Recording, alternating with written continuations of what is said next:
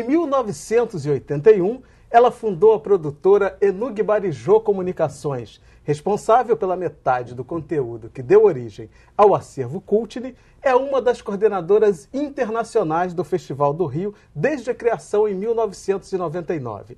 É a curadora da mostra Fronteiras do festival. Eu tenho a honra de receber a documentarista Vicky Buckbeck. Falei certo? Prazer enorme de receber aqui. E para a gente começar o nosso papo, vamos lá ver um pouquinho aí desse teu maravilhoso trabalho.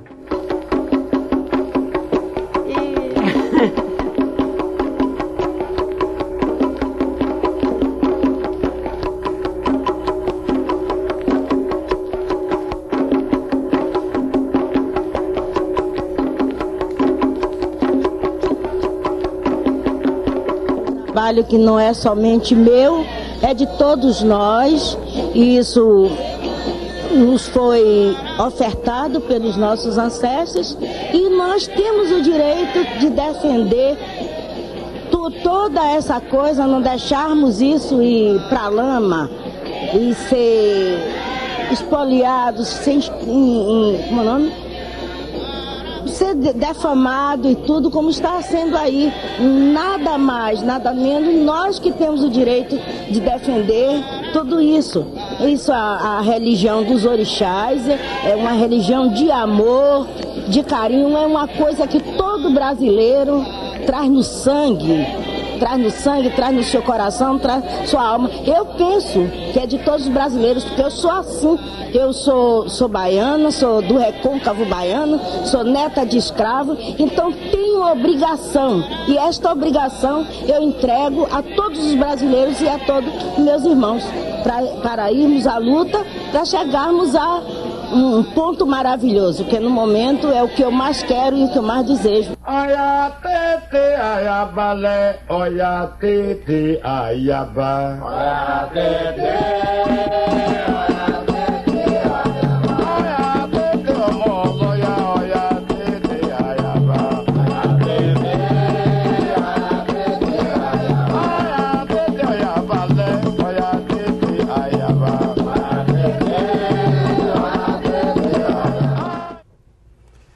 Então, Vicky, você é inglesa, né? Está há muitos anos aqui no Brasil.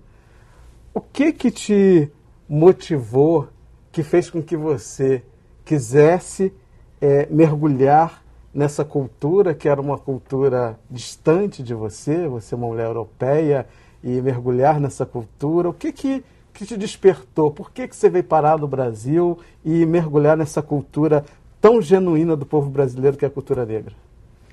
Bom, eu vim para o Brasil assim, meio por acaso. Eu queria viajar depois de acabei a faculdade de antropologia, e antes de eu fazer isso, com 17 anos eu fui de carona para Katmandu. Aí teve várias aventuras, deu várias confusões, aí acabei fazendo antropologia na Escócia. E aí acabou a antropologia, eu pensei, bom, eu fui para leste, agora eu vou para oeste. Eu não tinha destino certo, mas a maneira mais barata de vir nessa época era por navio. Aí eu vi de navio, eu peguei um navio em Barcelona, fui parou no porto, aí veio até o Rio de Janeiro. Na minha ideia, eu vinha para a América Latina. Eu tinha uma ideia, talvez, que eu tinha feito antropologia, de procurar tribos de índios na América Latina. Eu não tinha muita noção que tinha cidades. Assim, eu não tinha pensado as cidades. Aquela visão mesmo do europeu que não sabia muito o que era a América Latina, muito menos o Brasil, né? Eu nem tinha separado muito países. Assim, eu pensei, eu vou talvez comprar um cavalo e atravessar o continente a cavalo. Eu tinha essa ideia. Quando eu cheguei no Rio, Assim, depois dessa viagem, eu falei, não, eu vou parar, eu vou aprender essa língua, porque eu não vou sair por aí, eu quero comunicar com as pessoas. Mas a primeira cidade do Brasil foi o Rio de Janeiro? Sim, eu cheguei em 75. A outra coisa, eu cheguei no auge da ditadura militar, mas como eu não falava português, eu demorei a entender... A decodificar o que estava acontecendo. Sim, de cara eu não sabia muito bem o que estava acontecendo, mas eu descobri a praia capoeira. Aí eu fiquei tentando conversar com as pessoas com minha base de latim, assim, economia, política, aí as pessoas calavam. Assim, eu perguntava sobre economia, política. Aí eu pensei, esse povo não pensa em nada, né? Não tem nada na cabeça, quer saber de música, de praia, assim, eles não têm pensamentos mais profundos. Porque ninguém queria se comprometer, né? Aí mas esse foi, eu acho que minha grande introdução para a cultura negra foi a capoeira, a então. Capoeira, E a capoeira que é mágica, né? A capoeira é uma coisa maravilhosa. Vamos ver mais um trecho aqui de um trabalho teu?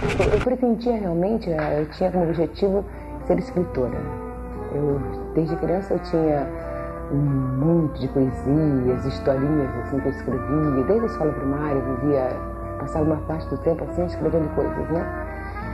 E o meu sonho era ser escritora. Eu ainda não consegui todo o espaço físico, geográfico que eu quero, porque eu quero o universo todo, eu mereço o universo todo. Mas isso é um caminho que eu tenho que construir, que eu estou construindo. E aí eu fui representar a Maria.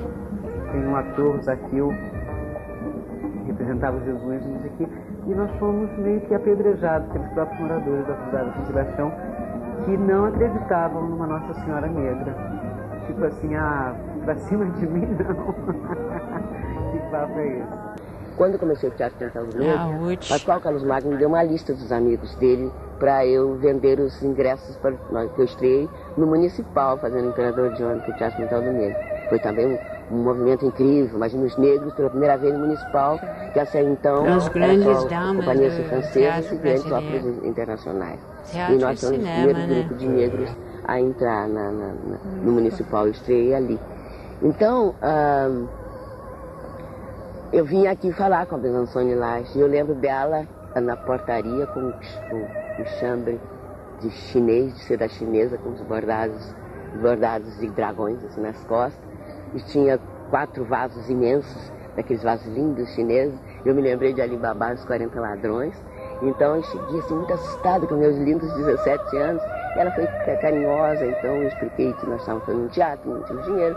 E a Mali Garcia. Ela que entrevista, né? Sim, a Mali foi a grande parceira desse trabalho. Já era teimosa, já era muito atrevida. Eu, a Adalto e a Mali. Por que você resolveu contar a história dessas mulheres? Olha, porque tem um problema, eu acho que o problema do racismo no Brasil é uma coisa inacreditável. Eu, na minha faculdade de antropologia, no início dos anos 70, um dos volumes que a gente estudava era sobre a democracia racial. O Brasil era o grande exemplo onde isso tinha acontecido. Aí agora, essa semana, eu tive uma jovem americana na minha casa, estava 4 dias no Brasil, uma jovem americana branca. Aí ela vira para mim e ela falou: o Brasil é muito racista, né? Ninguém tinha falado nada com ela. Ela falou: eu estou esclarecida, que eu só vejo os negros nos lugares mais subalternos, eu vou na Zona Sul, assim, quase não vejo, assim.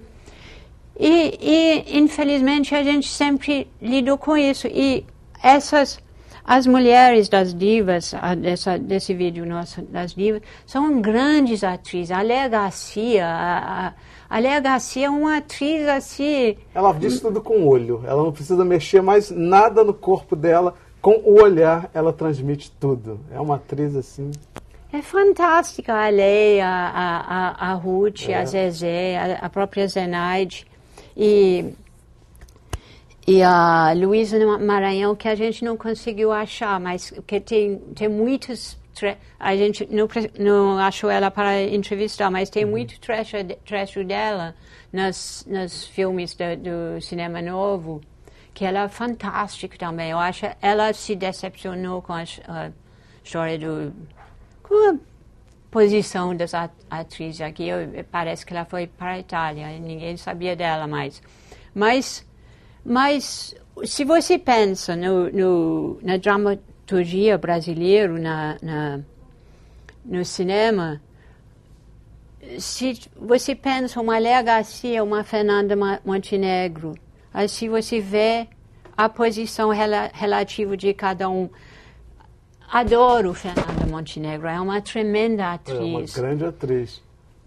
Mas Ruth e Léa Garcia também são da mesma altura. E o que acontece? Aí a gente pergunta, o que acontece? Como que isso se dá? Como elas são invisibilizadas, né? Como que elas são descartadas, né? Porque o mercado não absorve, o mercado não as reconhece como tal. Sim. É como o primeiro vídeo que você mostrou, a grande Mai Beata, que a Mai Beata é uma tremenda personalidade da cultura brasileira. Agora, como que pode, hoje em dia, em 2016, tem terreiro sendo destruído no Brasil? Assim, parece que a gente voltou ao século XIX. No século XIX, os terreiros eram destruídos por causa do racismo, era ainda o legado colonial. Mas hoje a gente, assim, supostamente esclarecido, assim, e acontece isso. Vou fazer um pequeno intervalo, né? E a gente vai continuar com esse papo.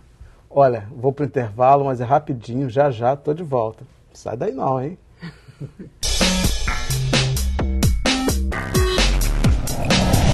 E eu acho que é um momento importante para todas as mulheres, né? Um momento de força também, para a gente poder fazer coro, né? Coro, voz, volume, para os governantes, as pessoas de uma forma geral entenderem que é uma demanda urgente, né? Se voltar os olhos, né? Para esse ser mulher, né? Que é um ser que constitui, né, toda a nossa concepção de família, de finança, de ancestralidade também, de pureza, de inteligência, né?